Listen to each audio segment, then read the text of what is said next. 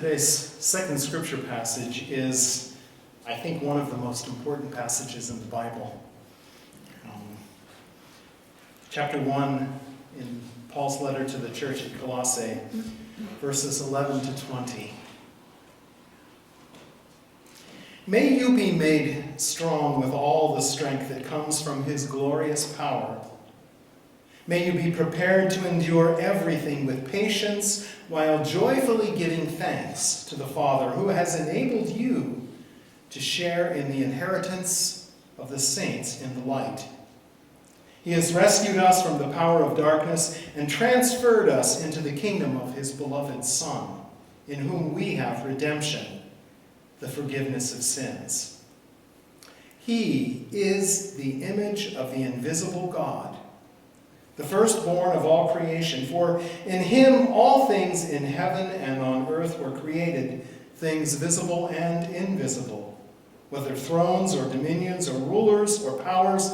All things have been created through him and for him. He himself is before all things, and in him all things hold together. He is the head of the body, the church. He is the beginning, the firstborn from the dead, so that he might come to have first place in everything. For in him all the fullness of God was pleased to dwell. And through him God was pleased to reconcile to himself all things, whether on earth or in heaven, by making peace through the blood of his cross.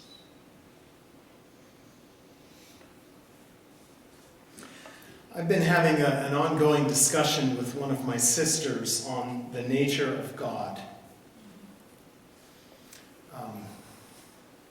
She's been very upset with me. Linda's a Presbyterian, and she's a good Presbyterian these days.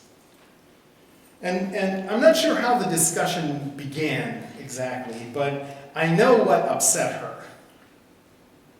At one point we were talking, and I'm sure one way or another I said to her, well, Linda, I don't believe that God is either all-powerful or all-knowing any longer. And that's another sermon or another discussion for us to have. But suffice it to say, she disagreed with me vehemently. And we've been going back and forth since then. For her, God must, with 3 underlines, bold-face italics, 85-point font, God must be all-powerful and all-knowing, or God is not God. So we've been going back and forth about this for a long time. I thought my comment kind of just went by and didn't need to get talked about anymore. And then all of a sudden, 3 weeks out of nowhere, I'll get a text from her that says, but what about this? Or, but what about this? And so we've been talking. What is the nature of God? And then by extension, what is the nature of Jesus? Who is Jesus? And those discussions about who is Jesus are certainly not new discussions. They go back through the entire history of the church.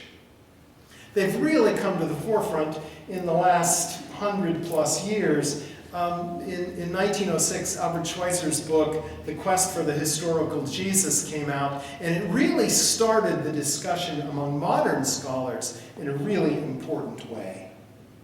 And some of the scholars since then have argued that all we need to know about Jesus is in the Bible. And if we can read that and know that, we know everything we need to know about who Jesus is. Others responded to that statement by saying, well, you know, the portraits of Jesus in the 4 Gospels differ with each other. And they are colored by the problems and the theologies of the writers' audiences. So finding the real Jesus those folks say, is a lost cause. And we certainly need to look outside of the Bible. Some others went on to say, well, there's a difference between the Jesus of history and the Jesus of faith. And you don't have to make them coincide with one another.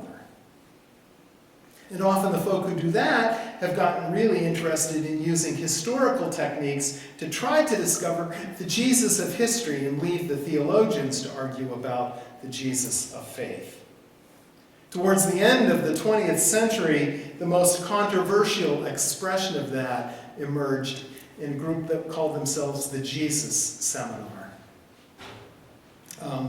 Kind of fun, the pastor of the Lutheran Church in Solvang was a member of the Jesus Seminar. That group of scholars would meet periodically, and they were all left of center to well left of center in terms of their theology. And their work was to come together and try to reach a consensus around the historical Jesus. One of their most controversial ways of doing things was when they would work on a specific passage and ask whether it's a saying or an action of Jesus to try to decide whether or not it actually happened, whether it was historical. And they would have a jar, and they had 3 marbles of 3 different colors, and one color marble indicated, yes, this absolutely happened. One color marble indicated, well, we're not sure if it actually happened or if Jesus actually said it. And then the third one was, no, this didn't happen, or no, Jesus didn't say it. And they would put their marbles in the jar and then count the various colors to come up with what they thought was a consensus. Well, you can guess, and you would guess rightly, that those on the right completely dismissed the Jesus Seminar as being a bunch of heretics. But they clearly were part of that whole discussion that was going on of who is Jesus. And the task goes on in reality for all of us, even when we're not conscious of it. Brian McLaren, in his book, A Generous Orthodoxy, says that through his life, he has worshipped 7 different Jesuses. He started out with the conservative Protestant Jesus. And then he moved on to the charismatic Pentecostal Jesus. From there, he got high church and went to the Roman Catholic Jesus. Then he thought, no, maybe not the Roman Catholic Jesus, and he moved over a little bit to the Eastern Orthodox Jesus. There, he left that and went to the liberal Protestant Jesus, then to the Anabaptist Jesus, and finally to the Jesus of the oppressed. Those were his 7. Now, some folk, some of those scholars would go on to say that there is no question that Jesus, again, is the one we see in the Bible, and there is no discussion needed. Even though those folk often have very different pictures of who Jesus is, they still will argue, there is no room for discussion. The Bible says it, I believe it, that settles it. Of course, other scholars come back and say, no, you know what? There's no way for us really to settle on who the historical Jesus was, so it's not worth our time to even argue about it. We'll just let that one go. I would argue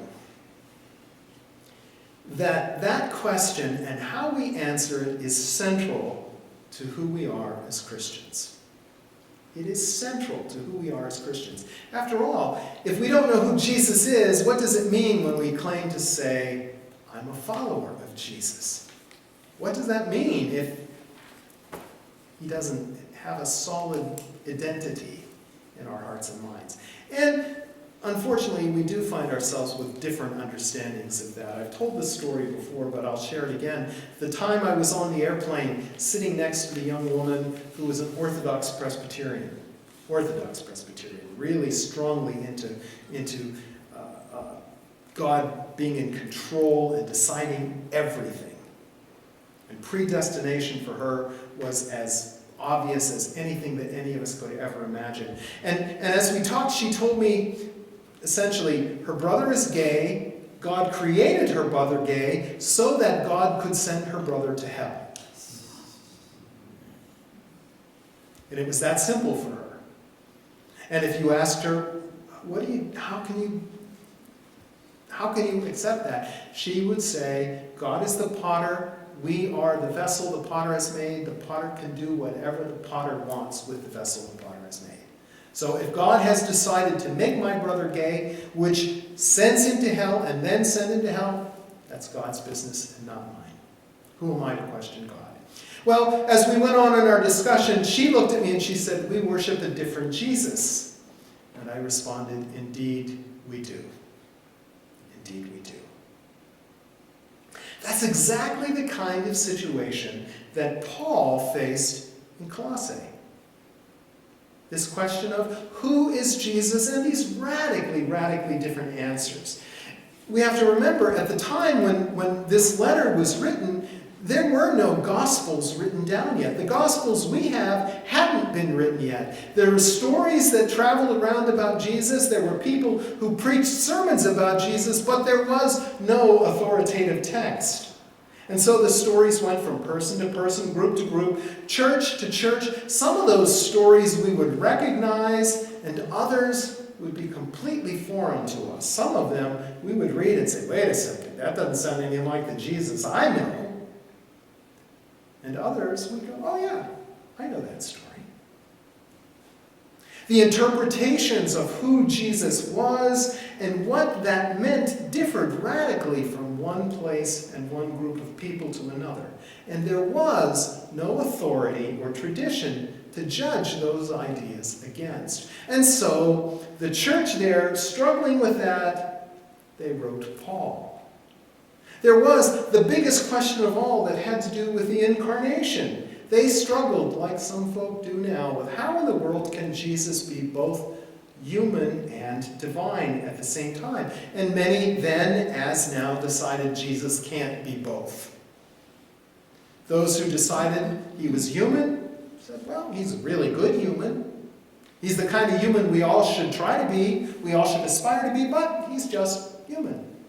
Those who went the other direction and said, no, he is only divine, went so far as to say that the body that we see is just a deception. Jesus doesn't have a real human body. And the Jesus who dies on the cross, well, that was someone else. They went that far. So they write to Paul. Paul, what do we do with this? Who is Jesus? And what does that mean for us as a church? And much of the letter to the Colossians is an answer to those questions. It's not nearly as clear as we might like, and certainly wasn't as clear as they might have liked. But he still gives us important answers, which is why I think this passage that I've read is one of the most important passages in the Bible. He shares part of it from what most New Testament scholars now believe was an early hymn that was sung in the churches. And so as he quotes that hymn, they thought, oh yeah, we sang that in church last week. I know that song. And he says, Jesus is the very image of God. In him, the fullness of God resides. Jesus is the image of the invisible God. That is, if you want to see what God looks like, look at Jesus. If you want to learn about what's important to God, learn what's important to Jesus. If you want to learn how God acts in creation, look at how Jesus acts as he walks around in the community. If you want to understand God, understand Jesus, and vice versa. If you want to understand Jesus, look at God. If you want to understand what Jesus thinks is important, look at what God thinks is important. The answer works for me. Works for me. It's not simple. It's not easy. It doesn't answer that question from that young woman who was sitting next to me on the plane. She would probably have said, yeah, exactly. And I would have said, yeah, exactly. And we still didn't agree on anything. I had a friend who was on a spiritual quest for years. And she had grown up in a nominal Christian Scientist family. Never had been really very active in that, didn't own that, but that's where her family came from. She had an interesting job. She was at the time working in a politician's office as the liaison to the broader faith community. And because she didn't have a particular faith background, she took that to mean everybody. And that's what she did. And so she got to make friends with people who were Muslim and Jewish and Hindu and Christian and fundamentalist Christian and liberal Christian. She got to be friends with everybody all across the board. And listen to all of them to learn about what they thought was important that they wanted this politician to hear and be concerned about. And her partner was Jewish. So there was that piece of it in a up and close personal way. She was smart enough to avoid the stereotypes and to see the broad latitudes of belief and practice within the various groups. She knew that all Muslims aren't the same, and all Christians aren't the same, and all Jews aren't the same, and she saw that up close and personal. But she was struggling and trying to find a place in her life to welcome the divine and the holy. And one day, we were having breakfast and talking about her quest, and she told me, Judaism is really attractive to me. There was the obvious piece, her partner was Jewish, and so it would make it easy. But more than that, she liked the family nature of the rituals, that so much of Judaism happens in your home. She liked the commitment in Judaism to struggle with hard questions and that easy answers were never acceptable. And she liked the fact that in Judaism, you didn't have to agree with someone. You could yell at each other and disagree, and God was happy with that. Indeed, if you came to easy answers, God was unhappy. She liked the long and deep traditions, and she liked the rootedness that she felt when she went to synagogue. She liked that connection with her partner. But as we talked, she kind of shook her head and she said, but I just can't ignore Jesus. I just can't ignore Jesus. Now, she has since moved away, and I don't know where she ended up on her pilgrimage. We haven't spoken in a couple of years. So I don't know if she found someplace, if she's become a Jew, if she's decided to become a Christian. I don't know. Maybe she's decided that she can't do any of them. I'm not sure. But I like what she said. I move a lot in those interfaith circles. And I too have friends from a variety of traditions, and I've grown to appreciate the strengths of those different traditions. I like the way my Muslim friends live their faith in a concrete way daily. I like the way their 5 pillars keep their faith at the center of their daily lives. And it comes time to pray, and they do. And they do. I like the Mormon sense of community and family. I like the centeredness of my Buddhist friends. I don't know any Jains, but I like the compassion that's built into their faith. Just have very small connections with any Sikhs, but I like their commitment to protect the weak, to be there for those who need them. I love the willingness of my Jewish friends to wrestle with those difficult questions. And no matter where you come out or what you say, they always have a, well, but have you thought about this? And I love that. My list would go on to include the different strains of Christianity as well. And I can point to things about my fundamentalist friends on my right that I deeply appreciate, and to my friends who are almost Unitarian but still call themselves Christians, or who are Unitarian and call themselves Christians on the left. And I find things in all of those places that are meaningful and informative to my faith. But often, if I find myself talking like that to someone, they'll ask the question, well, what are you thinking? And my stock answer is that every religion has at least some truth. And no religion has all of it, including my own. And often then they come back and say, but then why are you a Christian? And I echo my friend and say, I just can't ignore Jesus. I just can't ignore Jesus. In him I see God. In him I experience God. Now, as soon as I say that, I realize we could drive a semi-truck through that statement. Because we've seen all along all of those different images of Jesus, those different pictures of who Jesus is.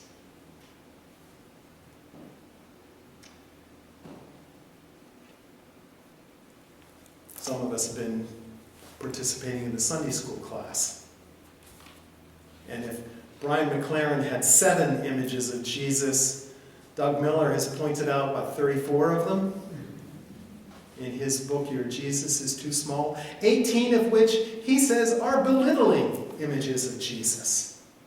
And only the rest are exalting.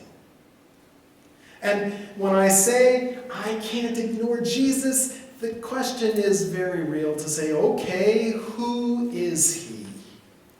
Because Doug just gave us 34 very different pictures that he says are all contemporary in Christianity today. That he could have pointed to us, to taken us to a church and said, yep, that's them. That's the prosperity gospel Jesus. That's the Jesus who identifies with the poor. And he would point through all 34 of them in different congregations.